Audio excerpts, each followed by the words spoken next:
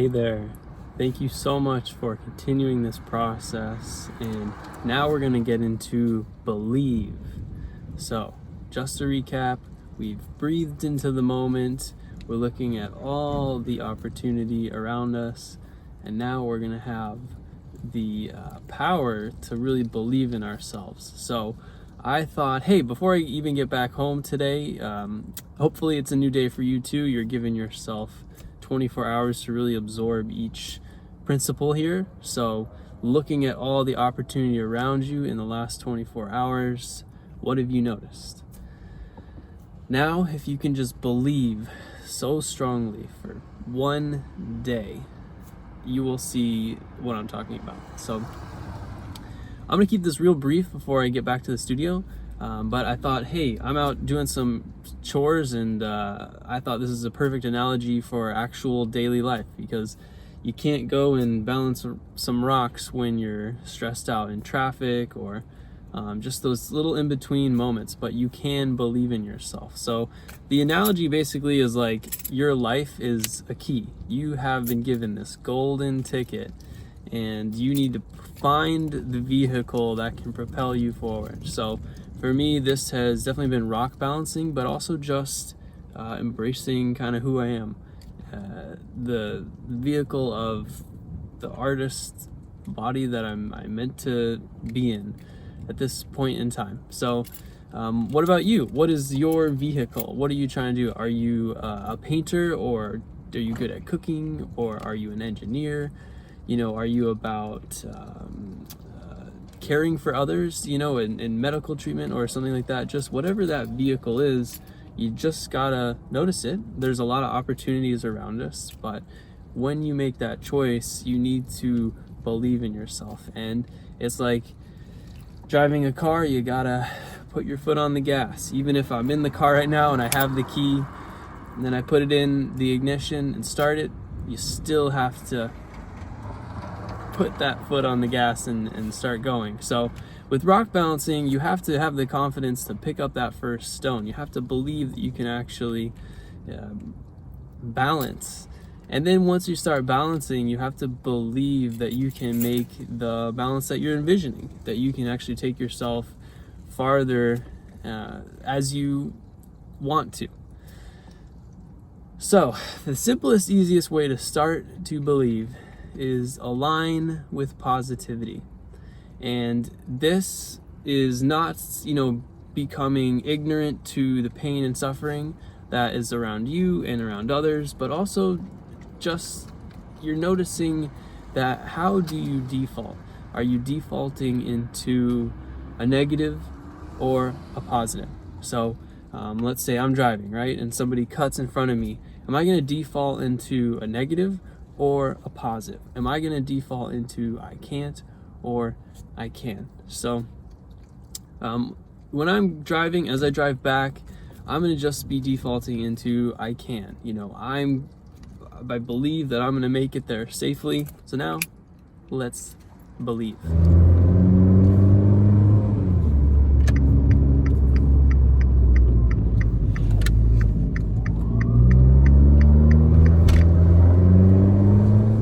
Hey, I'm back here in my studio, and let's keep moving forward with believe.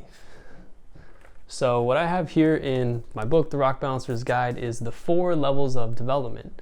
And I recently had an idea that I made reality, and I want to show you how exactly I did that. So my idea was to make an indoor crystal Zen garden where you could balance crystals. And the first level of development here is you have to get physical with your idea. You have to start making a rough draft. Don't judge yourself too much because you have a rough draft that isn't exactly looking like perfection. Just get started. So for me, I was researching some different materials, and I found some great suppliers, ordered some products from Amazon, and here is my indoor crystal Zen garden.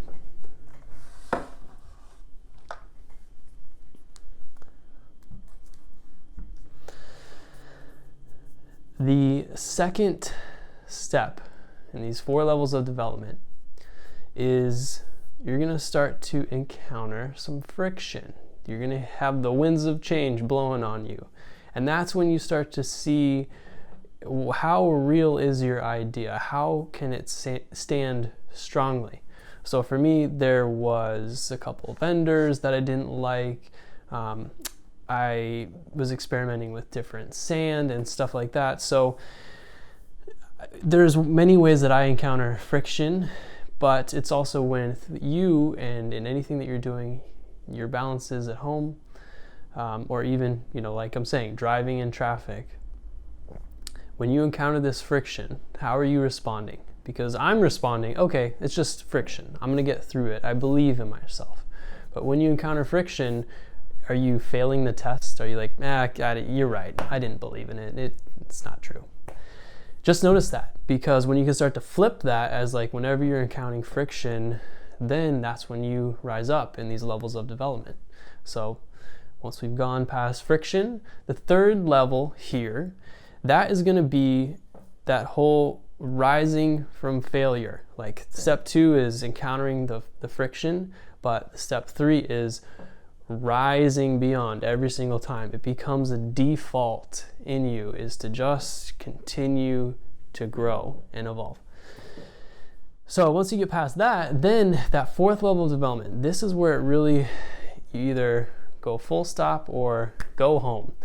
Because if you think of like you're digging for diamonds, you could be digging for so long, and right before you find that diamond, you quit, you go home. You realize, man, I am just chasing illusions and this isn't real. But in reality, you were so close. You just needed to fully commit to your belief.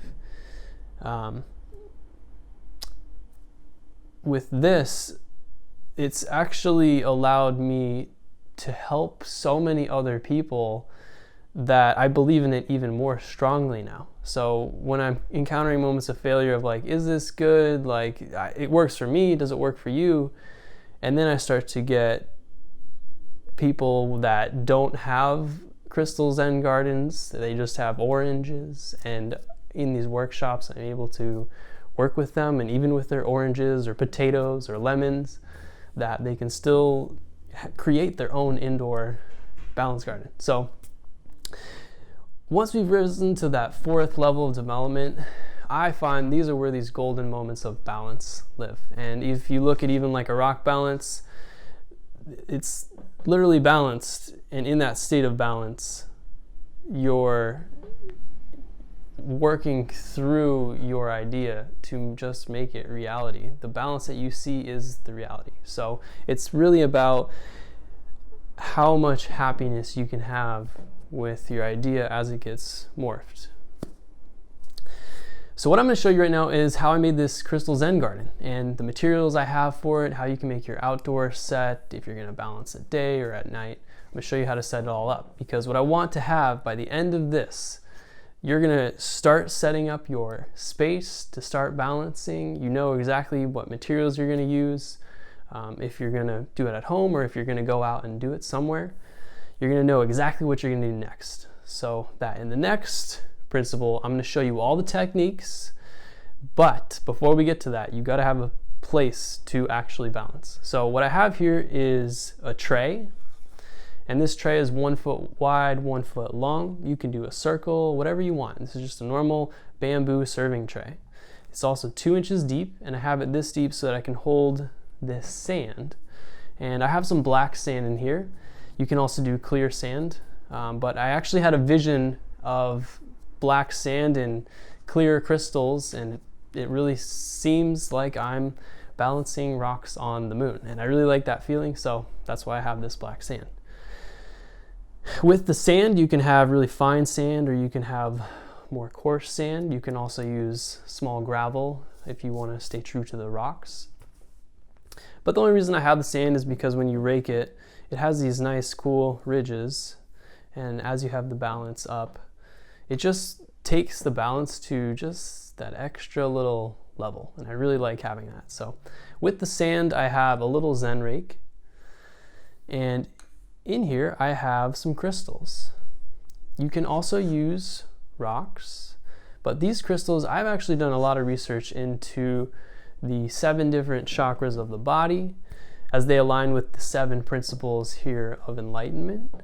And each crystal goes with a different chakra of the body. So for example, this blue kyanite works with the throat chakra, and that's all about limits. We're going to get into limits in a little bit, but this crystal represents the freedom of your limits. So I'm not going to get too into these crystals specifically here, but just know that I have crystals that are ones that I really appreciate and enjoy. And with these crystals, I have purchased some crystals that I want to just balance with. If you look over here, I have my really awesome decoration crystals, like this huge amethyst, and this guy is awesome, but I would never balance with it because I just cherish it. I'm just too attached to it. And as you start making your garden, if you want to have amethyst, that's totally okay. Like, here's some amethyst. I just have a separate amethyst crystal that can get knocked over, and I'm not too attached or upset when it gets destroyed. So make sure that you have precious materials that aren't too precious to you, so that way you can just be creative with your ideas and let that creativity flow. If you're going to be using rocks like these, I encourage you to get your rocks responsibly. So if you have a riverbed nearby, do not get those rocks because they belong to the riverbed nearby. If you can get them from a local landscaping company or online on Amazon, they have just anything that you could possibly want, including rocks of all different shapes and sizes. And I encourage you to just start there, because you don't want to get in the habit of going on hikes, taking rocks, and then your garden becomes a collection of essentially things that you've stolen on the trail. And I know that this is a common habit amongst hikers. Like, if we go to Hawaii and we go to this awesome volcano and we see a little lava rock, we're pretty inclined to take that rock with us so that when it's on our desk, we can remember that amazing moment by the volcano. But really what ends up happening is we're clinging onto that moment by the volcano instead of putting the rock down at the volcano, looking around, and just enjoying the moment and just letting go to embrace the next one and the next one. So if you have these different rocks from your different hikes, I encourage you to not keep doing that, because it's a sign that you're squeezing so tightly. And we're going to get into that at the end of this whole course about releasing and letting go and the benefits of that. But for right now, when you're getting your rocks, just get them from a local company, or if you're having trouble on planet Earth getting rocks, come talk to me. I can definitely point you in the right direction. I have a full Amazon shopping list. If you want to get the Crystal Zen Garden set that I've created, I just have a bunch of different suppliers and I want to customize it as needed, and you can totally customize as needed for your own kit. If you're going to be doing this outdoors, let's say you have a little space, a side yard or a backyard that you want to designate to it, outdoors, create the space, put some gravel down, or you could even plant wildflowers or just go crazy with it. What you want to have then is have some big boulders or some larger stones that you can then balance your rocks on. Here in this indoor Crystal Zen Garden, I just have this selenite tower, and from there, outdoors, you can use crystals if you want. I just see the most success with people using rocks, and the rocks that you can get can be granite, lava rock. You're not limited to what kind of rock that you have. I just recommend you get a variety of it so that you're continuing to stay fresh and creative.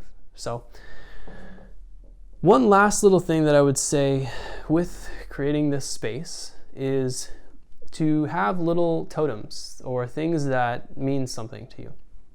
So here I have this Hanuman totem, and he's part of the Hindu religion. I'm not specific into one religion, but I really like what Hanuman's about. And he's all about being the hand of God that you are just serving others and helping be a benefit to help us all evolve. That you're not really caught up in the wealth or material, that you're just in service of God's will of just making this world a better place. So I have Hanuman in here, and what I do is I like to actually, after I rake it up, I'll just put it in his hand, and it looks like he raked this garden. So once you have your balanced garden up and everything's raked, add in a little totem, because what that does is it just translates it into your language. And next, we're gonna jump into actually how to balance. I'm gonna show you everything I know. You're gonna know how to balance. So with this, one thing I'd ask is that you just start thinking of your space. If you start ordering your crystals or rocks, get on it, because then by the end of this course, you'll have your materials, you'll know exactly how to balance, and then the rest is up to you. If you don't have Amazon or anything like that, you're in a certain part of the world where that doesn't exist, just ask around. Some people have rocks in their yard that they don't no longer need or want, and I've had people donate their rocks to me, and I end up getting some really cool rocks to use. So that's all for Believe right now. What we're gonna do is just believe for the next day. Come back one day from now and just come back with some belief. You're just starting to default into I can over I can't. That you just are, you can. I believe in you so strongly that you're gonna do balances that you've never even dreamed of before, but it really all starts in belief. So next, I'm gonna share how exactly to do all these technical balances and get you headed for the moon. So I'll see you in the next principle. Peace.